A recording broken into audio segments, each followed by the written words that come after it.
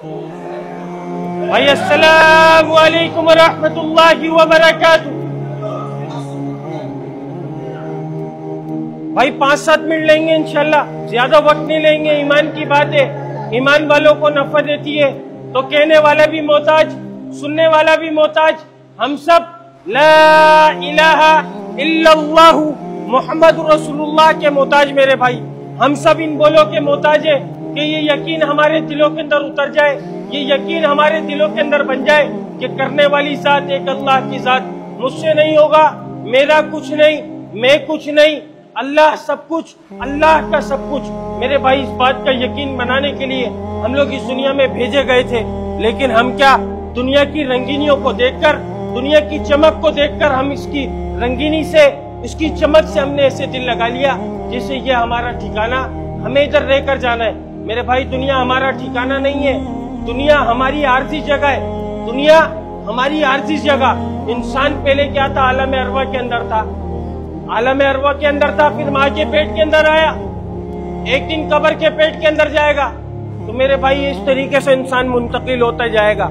انسان مرتا نہیں ہے. اللہ نے جو انسان کو بنایا اس کو ہمیشہ رکھنے کا ارادہ کیا. کائنات کا جو نظام بنایا اس کو عارضی طور کے لیے بنایا. اگر کائنات کے اللہ کے نزدیک کائنات کی قیمت مچھر کے پر کے برابر یا مکڑی کے جالے کے برابر بھی ہوتی نا میرے بھائی، آج ہم نے جس کو سب کچھ سمجھ لیا اپنا، آج ہم نے اس کے اندر سب کچھ سمجھ لیا کہ ہماری کامیابی بھی ادھر، ہمارا نقصان نفع ہمارا سب کچھ ادھر ہے، اصل کامیابی اس مال کے اندر ہے. تو میرے بھائی اگر ان چیزوں کے اندر کامیابی رکھی ہوتی، اللہ تعالیٰ خدا کی قسم، اگر اللہ تعالیٰ نے اس دنیا سے اگر ذرہ بھر بھی دل لگایا ہوتا، بنانے کے بعد اگر ایک بار بھی اس کو محبت کی نگاہ سے دیکھا ہوتا، تو خدا کی قسم کافر کو ایک گھٹ پانی کی نصیب نہیں کرتا اللہ تعالیٰ. اللہ کے نزدیک اس دنیا کی جو قدر و قیمت ہے وہ مچھر کے پر اور مکڑی کے جالے کے برابر بھی نہیں ہے میرے بھائی، مکڑی کے جالے کے برابر بھی نہیں ہے. لیکن کیا ہم نے اس دنیا کی چمک سے ایسے دل لگا لیا، اس دنیا کی رنگینی سے ایسے دل لگا لیا جسے یہی ہمارا ٹھکانہ، ادھر ہی ہمیں رہ کر جانا ہے. ہماری عیاشی کا اڈا یہ ہے، جتنی عیاشیاں کرنی ہے ہمیں ادھر کرنی ہے. آخرت میں جو ہوگا دیکھا جائے گا. ہر انسان ایسے بے فکر ہو کر بیٹھا نہیں بیٹھا، ایسے بیٹھا نہیں بیٹھا. آج کس نے اللہ کے حکم کو کتنا پورا کرا، کس نے اپنی آخرت کی کتنی فکر کری. ہم میں سے کسی نے فکر کری آخرت کی؟ موت کی تیاری، قبر کی تیاری، آخرت کی تیاری، حشر کی تیاری، ہم نے اس میدان کی تیاری کری؟ ہم نے کری نہیں کری میرے بھائی؟ سوچا ہی نہیں ہم نے اس بارے میں. ہم نے تو سوچا ہوا ہے کہ بڑھاپا آئے گا، ابھی تو جوانی چل رہی ہے، اس کے بعد بڑھاپا آئے گا، بڑھاپے کے بعد بیماری آئے گی، بیماری کے بعد پھر کہیں جا کر ایک آدھ جھٹکے لگیں گے، پھر موت آئے گی. میرے بھائی دنیا میں آنے کی ترتیب، جانے کی کوئی ترتیب نہیں ہے، جانے کی کوئی ترتیب نہیں ہے. ادھر جتنے بھی کھڑے ہوئے نا، کسی سے پوچھوں ہر کوئی اپنی عمر بتائے گا، لیکن کسی سے یہ پوچھ لوں قسم کھا کے بتا تیری کتنی باقی رہ گئی، بتائے گا کوئی؟ بتائے گا کوئی؟ نہیں بتا سکتا. کیوں؟ کیونکہ جو ہے وہ معلوم ہے لیکن آگے کا ایک لمحے کا نہیں پتا ہے.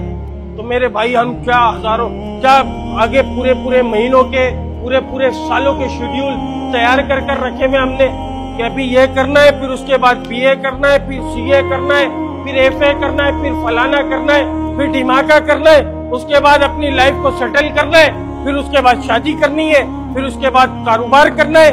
ہم نے تو یہ سوچ بنا کر بیٹھی بھی اپنی. کسی نے آخرت کی تیاری کری؟ نہیں کری میرے بھائی.